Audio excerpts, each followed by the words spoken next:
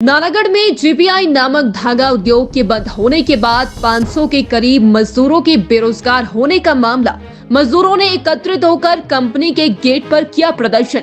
मजदूरों ने कंपनी प्रबंधन पर लगाया सालों से शोषण करने का आरोप। मजदूरों ने कहा कंपनी प्रबंधन द्वारा नहीं दिया जाता था न्यूनतम वेतन, अब भी मजदूरों को कंपनी दे रही थी मात्र 6-6 हजार प्रति माह वेतन।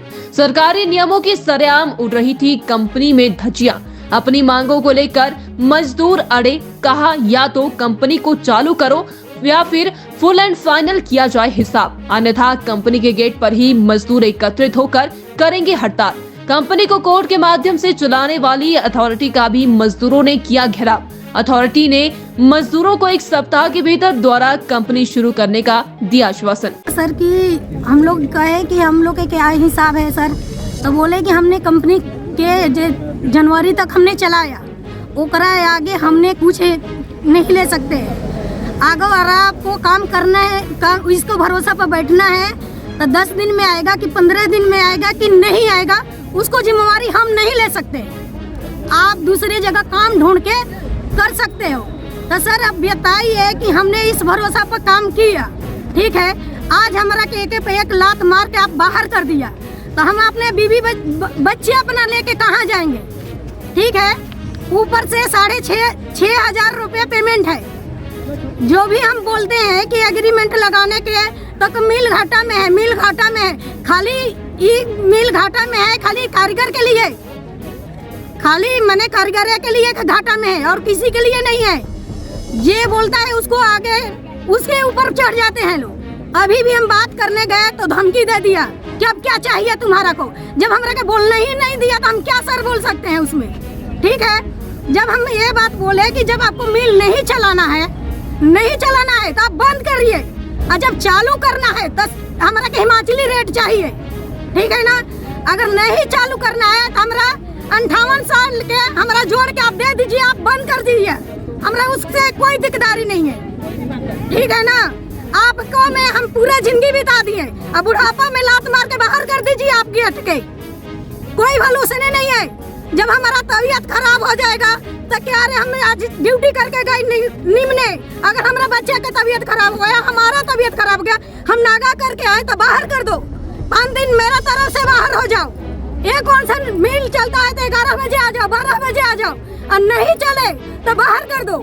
ये कौन सा ये कंपनी के नियम है? कंपनी के नियम की मजबूरी में लेके चलो कंपनी के। हमारा सर जब हमारा उस दिन बस भी बंद हो गया, जब हमने बोला तब जाके हुए सुरेंद्र सर ने बोला कि जाएगा बस। हमने बोला कि आप बंद आज क्यों किया, क्यों बंद किया आपने? हमारा जितना दिन बंद रहेगा उतने दिन की हाजिरी चाहिए सर। हम 6,000 रुपये पेमेंट पे हम काम नहीं करेंगे, बंद करो। हमारा 58 साल के हमारा जोड़ के दे दो, कोई हमारा दिकदारी नहीं है। हम ये कहना चाहते हैं कि हमारी यहाँ कोई मांगे पूरी नहीं होती। जब हम कोई मांग करते हैं तब तो उसका कोई मालिक नहीं होता, और जब हमारी मांगे नहीं होती तब यहाँ पे मालिक होते हैं। सब अपने लिए सब कुछ करते हैं, ये स्टाफ वाले भी करते हैं, ग्रोवर साहब भी करते हैं, पर हमारे लिए गरीबों के लिए कुछ नहीं होता यहाँ पे, ठीक है।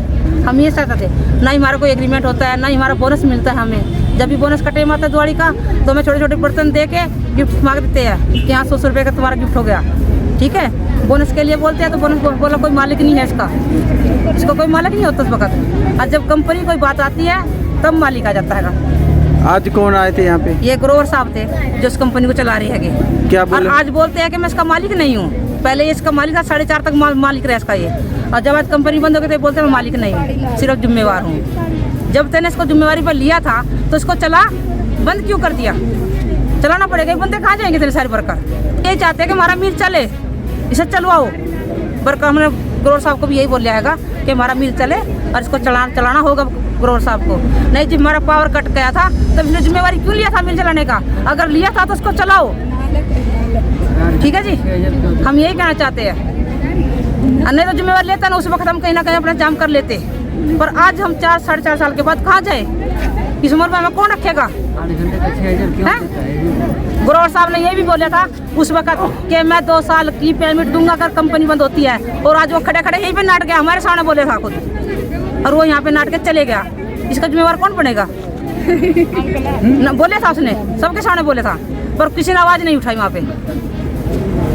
चाहिए जितने भी हम यहाँ कारीगर है वर्कर है, हमको सबको इंसाफ मिलना चाहिए, हमारा इंसाफ दुआओ, हमारी मिल चलनी चाहिए।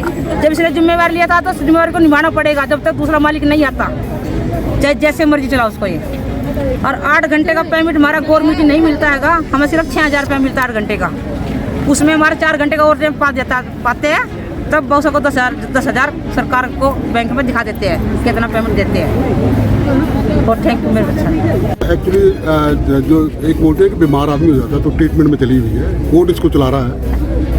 अब ये जो पहले वाला मालिक था उसको घाटा होने के बावजूद उन्होंने क्या दूसरे को प्रोसेस मालिक को हैंड ओवर करनी है, तो उन्होंने हैंड ओवर करनी तो उसका सर प्रोसेस है कोर्ट का कि कोर्ट से अपॉइंट होता है आदमी जो इसको चला रहा है। तो इनका जो राइट है इनको मिलेगा, उन्होंने बोल दिया कि 1 हफ्ते का प्रोसेस है, सेकंड मसले में चार्ज उसको चार्ज दे देंगे हम, तो इनका जो मेरा प्रोसेस सारा कंप्लीट हो जाएगा।